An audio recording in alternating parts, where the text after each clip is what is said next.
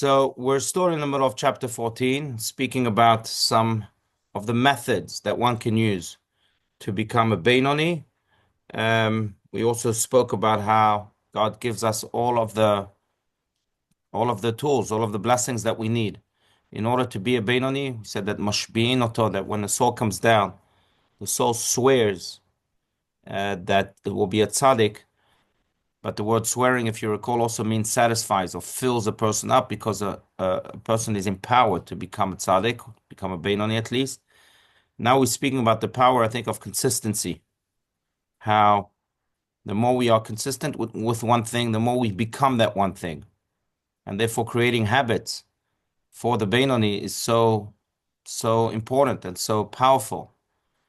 So that's where we're up to. Let's continue. Page 39. As we said, fourth paragraph from the top of the page. Furthermore, does anyone want to read? I'll take it. I'll do it. Okay, thank you, Marco. Go for it. Okay, sure. Furthermore, habitude reigns supreme in any sphere and becomes second nature. When we become accustomed to something, habit becomes second nature. Though not as strong, perhaps as first nature, it is nonetheless inseparably embedded in our souls. Therefore, if he accustoms himself to despise evil, it will to some extent become despicable in truth. Similarly, when he accustoms himself to gladden his heart in God through reflection on his greatness. This Yeah, will move, shall I continue? yeah, continue. Just one more paragraph This here. will move from the realm of the theoretical into a regular mode of thought, and his soul will gradually become altered, not essentially, but partially. Though he will not detest evil entirely and essentially, only to some extent, this loathing of evil will nonetheless be true. Right. So now we're speaking about what to do with those methods that the Tanya gave us. For example, one method was to look at your future you. And if your future you will be proud of your present you. The other method was to despise evil, like he says here. And in many ways, whatever method we use, or if we use all of them, then we have to be consistent with them. And, I've mentioned this many, many, many times, but I remember asking Rabbi Steinsaltz once if he had to condense Judaism into one word, what would it be? And he said consistency, not kindness, not love, not mitzvah, no, consistency. Because consistency is what makes you who you are. And if you are consistent with loathing evil, like he says here, and with embracing good, or with reflection on God's greatness, like the Tanya says here, meditating it day after day after day, then that becomes a part of you. And that's how you achieve the status of Benoni. It's not the one-time acts account. Those are easy. It's easy to have Yom Kippur. It's easy to fly into an emotion. It's easy to be inspired. But what do you do afterwards? How do you translate that into a consistent action? That's the big question of life. They say that you are what you do, but you are what, I would add one word, you are what you do consistently. If you do, you know, if you do soccer consistently, then you're a soccer player. If you meditate on God consistently, then you're a God meditator. Or what's the word? So the more you repeat those habits, the more you become those habits. So here he speaks about two habits: detesting evil, making sure that we understand that evil is detestable, it's repulsive, not only in and of itself, but in what it can create, what it can destroy. And if people would think, not just act from their hearts, but really think of before they interact with evil, not just about the evil itself, but also again about the destruction that evil can bring, they'd be abhorred. So creating that as a habit, especially if we have a problem with specific parts of evil, whether it's an addiction, whether it's again a bad habit. And the second part of it, as we said, the sur merah v'aseh tov, is meditating on God, not just focusing on evil, which can many ways pull us down, but focusing on God's greatness, how God is truly great, and how He's great to us. And now we should have what we call in Hebrew hakarat hatov, gratitude, recognizing all the good that God gave us. I just yesterday, since it was Yud Shvat, the 10th of Shvat, which really celebrates 75 years since the Lubavitcher Rebbe of blessed memory assumed the mantle of leadership of the Chabad movement, I would say of world Jewry altogether. But I was reading some of his letters to people, and there was a person who was writing to the Rebbe about all of his troubles and how his life, he hasn't had one good day in his life, and how his children have betrayed him, and all these troubles. And the Rebbe, in one stroke of the pen, does something brilliant. And he says that from your letter, I understand that you have children. I know people, I think the Rebbe was referring to himself, that would give everything in their lives just to have a child. The Rebbe was childless. So can you not be at least grateful about that? He said, you haven't had one good day in your life. Look at your health. Look at the family that there's so many blessings. It's like a Holocaust survivor once told me that the worst expression in English is that I've had a bad day or I'm having a bad day. That's not true because in every bad day we have some good. It's the Holocaust survivor speaking. He survived 12 concentration camps. Joseph Alexander, he's still alive. He's about 102 years old today. But there's no such thing as a bad day. Be grateful for the good that there is in that bad day. Focus on that. So to focus just on the detesting of evil, fine. But that's a method, but it's not a method that can stand alone. It must come. I think that's why the Tanya puts it in the same sentence. It must come with the reflection of God's greatness, not just in the mountains and in the oceans and in nature and in the birds and in the flowers, but God's greatness in our lives. And that in of itself also, that habit of focusing on that greatness can really lead us to separating ourselves from evil and becoming that eventual Benoni. It's the consistency in it that counts. And I think that's why, really, many say that, oh, Jewish prayer is so boring and you repeat the same thing every day. That's the genius of it. Repeating the same thing every day, however boring it may seem to you. Even though it shouldn't, because as Rabbi Steinsaltz put it, you look at prayer differently every day since you change. And if you don't change, and as he said, I know we've mentioned this, then it's not the prayer that's boring, it's you, he told someone. But the genius of having this prayer recited, these three prayers recited each and every day, is the consistency of it. And hopefully it can spark this alignment, this status of becoming a Benoni, this alignment with God. That's what it's about, consistency. You need consistency with kavanah. You need consistency with the ability to grow. Because Yeah, if you just do it robotically, yeah. it has no value. That's right. That's right. Absolutely. You need consistency with kavanah, just sitting there like a robot and paying lip service to God doesn't help.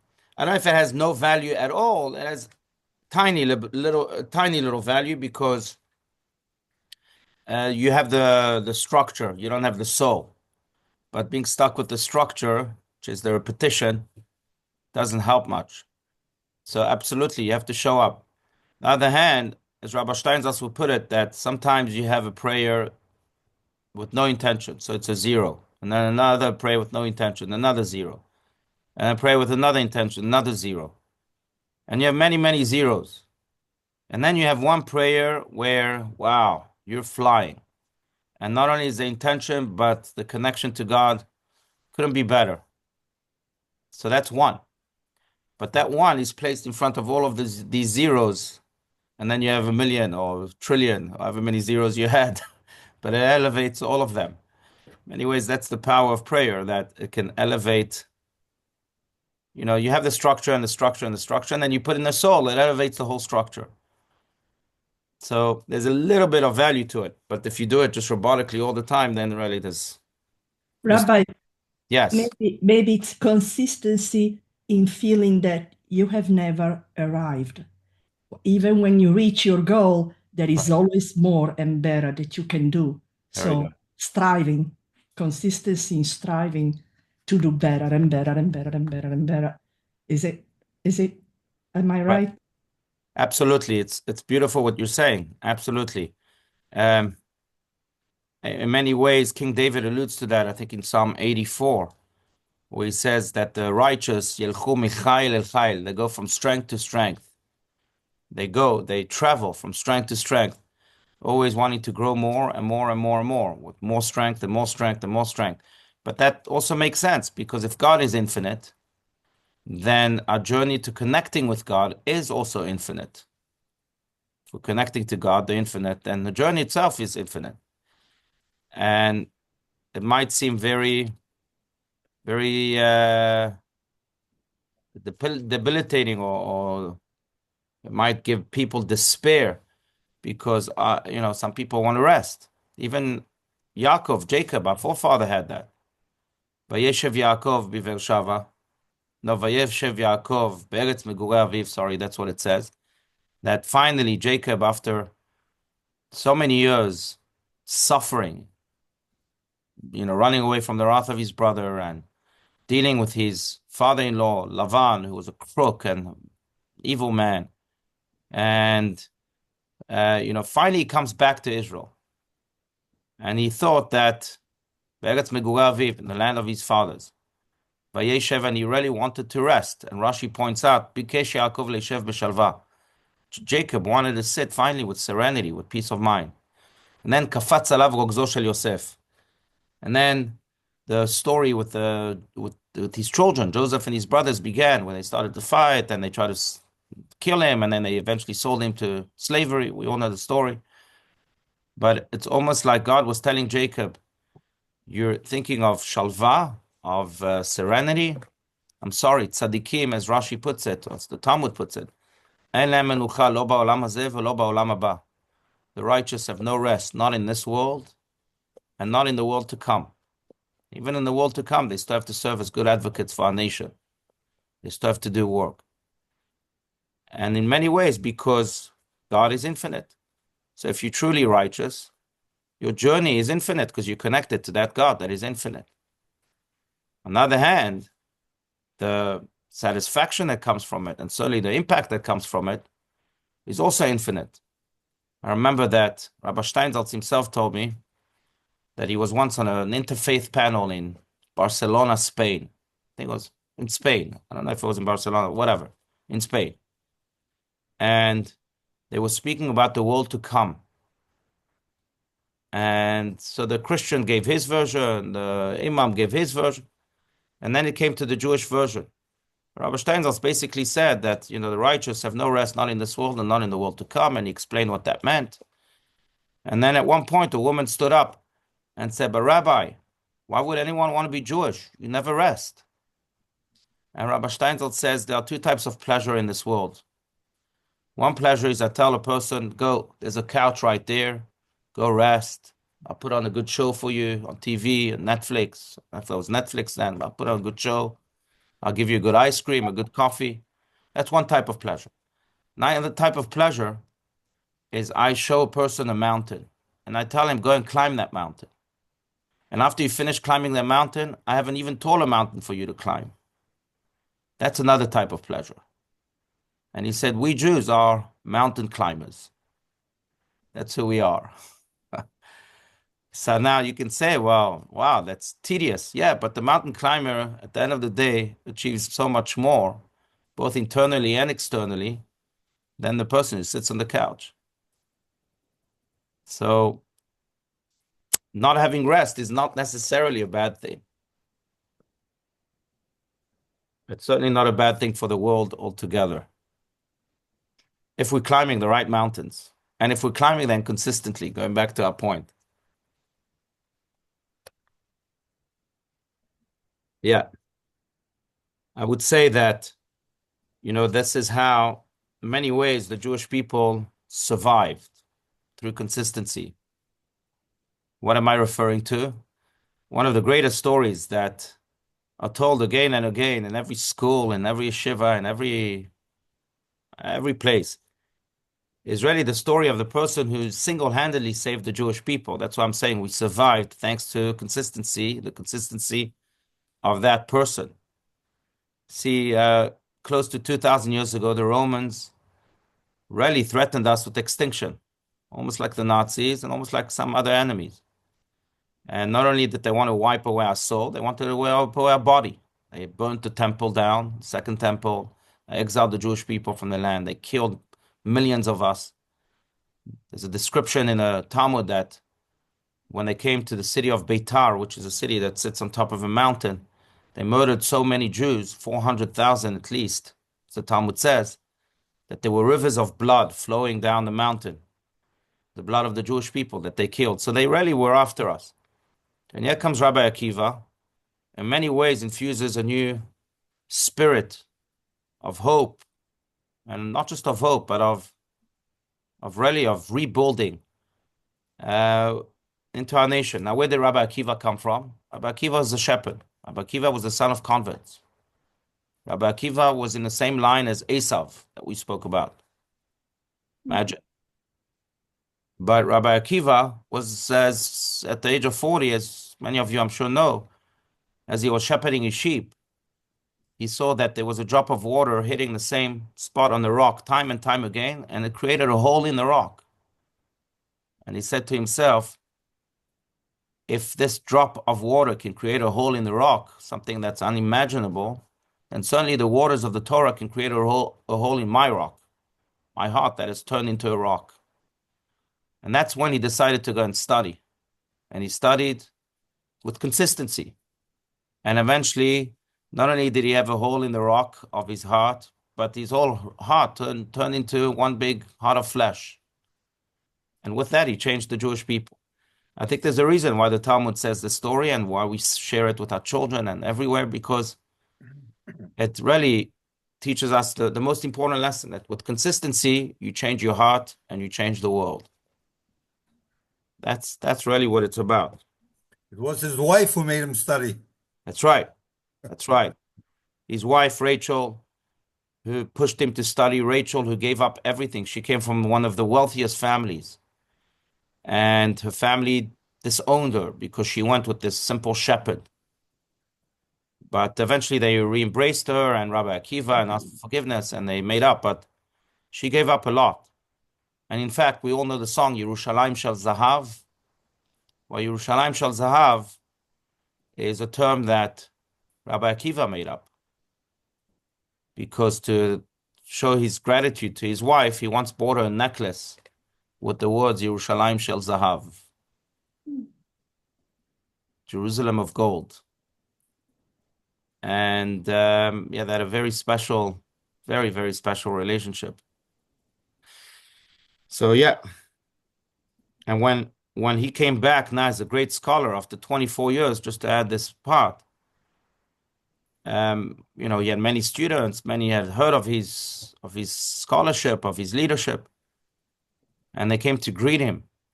And of course, his wife was also one of the greeters. She wanted to see her husband after many years of study.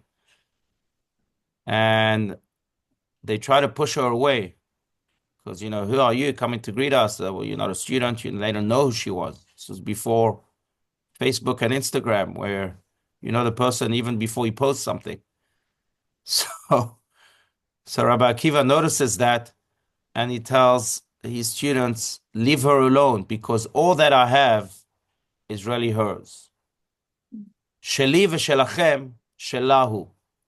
Those are the words he used. Mine and yours are really hers. What you have and what I have belongs to her. Yeah. So thank you for adding that, William. So really consistency is perseverance. Yes. Many ways, yes. Perseverance. Perseverance. Resilience, you can say. Yeah. Yeah.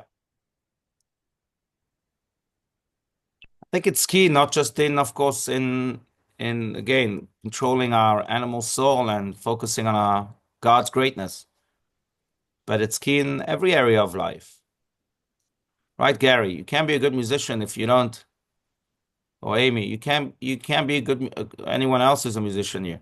You can't be a good musician if you don't practice hours and hours and hours every single day. That's true. And the consistency, what comes from the consistency is that not every day is going to be great. And some days you can't concentrate well. Some days it just can't focus. But during that time, you'll have suddenly, like you said, an inspirational moment.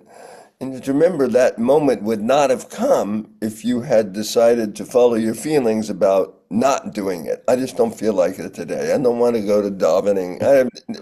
But there's times, I think God gives us these moments of inspiration during those times that reminds us that if you don't do it consistently, you're going to miss some great things, even though it may not feel great. Wow.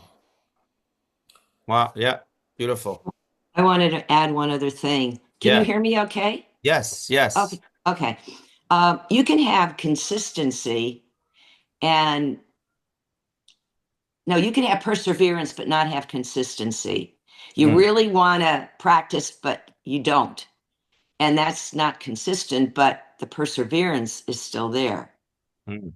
The Right. desire, Right. and the need and the want is still Right. there, but it may not be consistent. No, that's a good point. Consistency in many ways is the action. Perseverance is the want. Exactly. You got to Right. separate the two. Well, Yeah. then you're talking about discipline. Right. Right. Yeah, well, discipline is also, the general approach, but consistency is what translates that approach to action. Yeah. But you're right. I think it's a combination of all those words. Absolutely. To go deeper into this, even from a Kabbalistic standpoint, we said that at the very foundation of our nation is consistency, not just with Rabbi Akiva. By the way, it's interesting, but Rabbi Akiva had his name. And they say that in Kabbalah, they say he was a reincarnation of Yaakov Avinu, Jacob, our forefather that we just spoke about, that he couldn't sit down, he couldn't arrive. There's a deep connection there because the word for consistency in Hebrew is ikviyut, ekev. Ekev is the root word for Yaakov and is the root word for Akiva. In many ways, they symbolize consistency. And in fact, it reminds us of the portion in Deuteronomy that says, Vaya ekev tishmon et hamishpatim haele. That if you listen to God, then we'll have V'shamar Hashem Elokecha, then God will protect us and God will give us all the blessings.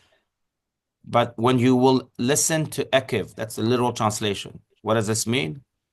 When you will listen consistently. When you are consistent and you listen to God consistently, ekev, it's the word, then God blesses us. Now you may say, well, I don't have it in me. You do. Because you're a child of Yaakov, our forefather, the one who gave birth to the 12 tribes from which we all came from. Yaakov paved the way to consistency, even though with great reluctance, I would say, because he wanted to finally sit down and dwell in serenity. And with that, he gave the strength to Akiva, his reincarnation, and to all of us. But that's the key. Vaya ekev tishmeun. When you can listen to consistency, then God gives us all of the blessings. And then it's not just that God gives us the blessings from nowhere. Then we, many way, pave the pathway to God's blessings, right? Like you were saying, Karen, that even then you realize, even if you don't feel like it, even if you're not, maybe it doesn't come out well, then sometimes you still, and you do it anyway, then you realize that you are actually receiving gifts that maybe you would have not received if you hadn't played on that day, that you are learning new things or that you are maybe creating new things. So it's a two-way street. You have to have ekev, consistency, and then God will give you those blessings.